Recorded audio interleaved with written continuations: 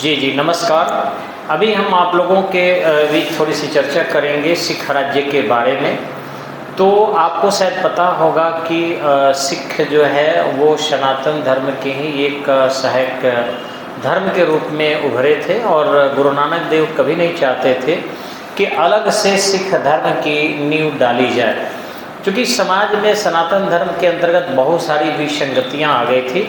जात पात, छुआछूत, ऊंच नीच, क्षेत्रवाद, यानी महिलाओं का बाल विवाह, ठीक किसी ढंग से समाज में तिरस्कार, अस्पृश्य जाति वगैरह वगैरह। तो उसको दूर करने के लिए उन्होंने यानी हिंदू धर्म के सनातन के संरक्षण और सुरक्षा के लिए जब प्रयाग में बड़े पैमाने पर संत लोग जुड़े हुए थे, वहाँ पर वो आए थे और आने के बाद उन्होंने बहुत सारे मीटिंग्स वगैरह की, संतों से मिले और अपनी विचारधाराओं को उन्होंने रखा था। इस तरीके से जो तलवंडी में जन्म लिए और पूरे पंजाब क्षेत्र में उन्होंने सामाजिक समरसता की बात की थी, वह फलीभूत हुई। लेकिन उसके मरने के बाद जो है शिष्य परंपरा काफ़ी आगे बढ़ी और इस तरीके से कुल मिलाकर 10 गुरु हुए। 10 गुरु में गुरु नानक देव के बीच में आपके अर्जुन देव आए थे जो 5वां थे। उन्होंने आदि ग्रंथ जो उनके उपदेश थे, कबीरदास के भी कुछ उपदेश थे, समकालीन जो सामाजिक समरसता के लिए उपदेश थे, उन सबको उसमें लिपिबद्ध किया गया और कहा जाए तो आधुनिक समय का एक काफ़ी सुलझा हुआ अच्छा सा रिलीजियस बुक वह बन गया। लेकिन जो 10वें गुरु थे गुरु गोविंद सिंह, वो उनका जन्म पटना में हुआ था, ये बिहार में पटना साहिब में। और यहाँ से जो है जब वो पंजाब क्षेत्र में गए तो उन्होंने देखा कि बहुत सारी समस्याएं हो रही है समाज में। उन्होंने किया क्या, 1666 में उनका जन्म हुआ था और 1699 में उन्होंने खालसा पंथ की नींव डाली और उन्होंने पंच ककार दिया था, जिसमें कंघा था, कक्षा था, ठीक इसी ढंग से केस था, कटार था और कड़ा था, जिससे जो है पहचान हो सके कि ये सिख हैं।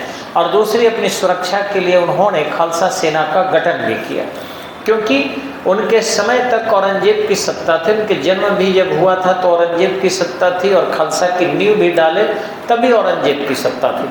उनके जो सैनिक थे औरंगजेब के, उनके नियंत्रण में नहीं थे, लूट खसोट मारपीट। और औरंगजेब ने घोषणा कर दिया था कि मैं दारुल हर्ब को दारुल इस्लाम में बदलना चाहता हूँ, यानी गैर मुस्लिम देश को मुस्लिम देश में बदलना चाहता हूँ। ये भी थोड़ा सा गुरु गोविंद सिंह को अच्छा नहीं लग रहा था, तो उन्होंने तलवार उठा लिया। हालांकि वो जो मुगल नवाब थे उनसे बचने के लिए या फिर मनसबदार थे, पर्वतीय क्षेत्रों में ही सरदार लोग ज़्यादा रहने लगा। लेकिन जब ज़्यादा तंग हुआ तो आपको शायद याद होगा, उन्होंने एक पत्र लिखा था औरंगजेब के नाम, जिसका नाम था जफरनामा। वो जो था 7 पन्ने का जफरनामा था, फारसी में लिखा था गुरु गोविंद सिंह ने और उसे जो है दक्षिण भारत में भेजवाया था। औरंगजेब उसे पढ़ा भी था और पढ़ने के बाद औरंगजेब ने कहा कि कौन कौन सता रहा है गुरु गोविंद सिंह को, उनको सूचना दिया जाए और उन्हें मेरे पास बुलाया जाए, यानी कि दौलताबाद देवगिरी में। यहाँ से तैयार भी गुरु गोविंद सिंह थे। उसी क्षण वहाँ उसकी मृत्यु हो गई औरंगजेब की और इस तरीके से मुअज्जम के साथ वो हो लिए। मुअज्जम, आजम, कामबख्श तीनों पुत्र औरंगजेब के आपस में उलझ गए और मुअज्जम जो है अपने आप को बादशाह की घोषणा के अन्य 2 भाइयों को मार डाला। लेकिन जब वो दक्षिण भारत गया था उस क्रम में गुरु गोविंद सिंह भी गए थे। एक नांदेड़ नामक जगह है, वहाँ पर एक अफगान जो किसी कारणवश गुरु गोविंद सिंह के कर्मों से या कर्तव्यों से दुखी था, उन्होंने सुरक्षा कमी के अभाव में उनको चाकू से मार डाला, जख्मी कर दिया। गुरु गोविंद सिंह को बहुत से घाव लगे थे, अतः वो वहाँ पर जीवित रहने की स्थिति में नहीं थे। तो उन्होंने कहा कि अब कोई सिख गुरु नहीं बनेगा, अब सभी शिष्य बनेंगे, आखिरी गुरु मैं हूँ। और जो आदि ग्रंथ है वही पुस्तक है, गुरु ग्रंथ साहिब जो है वही पुस्तक है और पंच प्यारे जहाँ भी एकत्रित होंगे मैं वहीं पर रहूँगा। हम लोगों का स्वरूप पुस्तक ही है, ज्ञान ही है और उसी को जो है उत्तराधिकारी मानकर और उसकी आराधना पूजा किया जाए, उस गुरु ज्ञान को अडॉप्ट किया जाए। ये बातें जो हैं समानता के आधार पर काफ़ी फैली। लंगर व्यवस्था इतनी अच्छी थी कि लोग एक साथ बैठना, खाना, अपने अपने घर से अनाज लाते थे, खाते थे। जो गरीब थे नहीं भी लाते उनको भी भोजन मिलता था, अमीर कुछ ज़्यादा लेकर आ जाते थे। इस तरीके से जो छुआछूत की पद्धति थी वो काफ़ी कम हुई। और ये जो है सनातन में एक नया पंथ जो सिख राज्य का, सिख धर्म का हुआ, वो काफ़ी मजबूत हुआ, विस्तृत हुआ और आज काफ़ी अमीर भी, और आज भी उनमें जो है एक दूसरे में कॉपरेशन की भावना देखने को मिलती है। लेकिन उधर हुआ क्या कि मुगल सत्ता के कमज़ोर होने के बाद नादिर शाह मोहम्मद शाह रंगीला के समय में भारत पर आक्रमण कर दिया।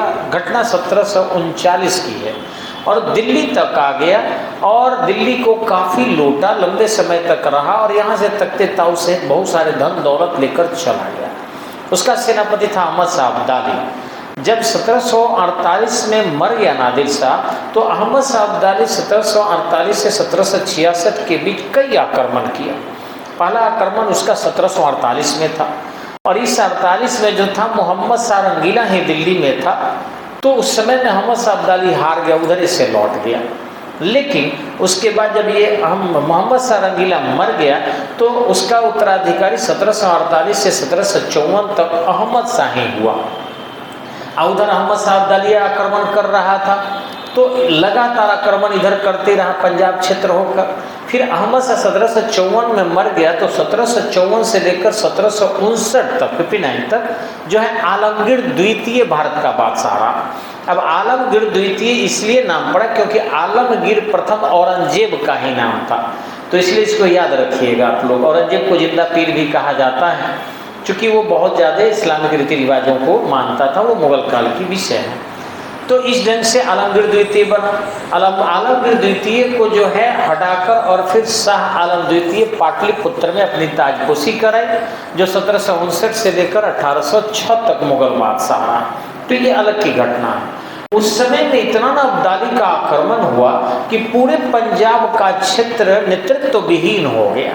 अब जो है वहाँ छोटे छोटे पंचायती व्यवस्था का अपने सुरक्षा और संरक्षा के लिए पंजाबियों ने 12 मिसल की स्थापना किया और उसी 12 मिसल में एक मिसल था सुकर चकिया मिसल। याद रखिएगा, प्रतियोगिता परीक्षा में बराबर आता है। मिसल क्या है तो एक कहिए तो ग्रुप है, पंचायती व्यवस्था है और उसमें अलग अलग ग्रुप बने, जिसमें एक सुकर चकिया मिसल था, उसी से रंजीत सिंह जुड़े थे। अब हुआ क्या कि इस सुकरचकिया मिशन के जो जन्म दिए थे उनका नाम था तीरथ सिंह और ये जो थे उनके पुत्र हुए महासिंह और महासिंह के बेटे हुए रंजीत सिंह, जिसका जन्म हुआ था 27 नवंबर 1780 को। डेट याद रखिएगा। और वो भी पंजाब के गुजरावाला में, पंजाब के गुजरावाला में 27 नवंबर 1780 को उनका जन्म हुआ। अब ये महासिंह जो थे वो 1792 में चल बसे। अब जब चल बसे तो उनकी बस वो अब छोटा सा 11-12 साल का लड़का क्या चलाएगा, लेकिन उसकी दादी जो थी बहुत मदद की और उनके दादा भी उसमें हेल्प किए और 1792 में ही वहाँ सुकरचकिया मिसल का प्रधान बना दिया गया। अब हुआ क्या कि 1797 में वो अपने सैनिक दल को मजबूत किए और थोड़ा सा राज्य का विस्तार किए। जब विस्तार धीरे से वो करने लगे तो उनके सहयोगियों की संख्या बढ़ गई। अब जो अफगानिस्तान में एक शासक था जो बड़े पैमाने पर इनको इसलिए मदद करने लगा क्योंकि ये उसके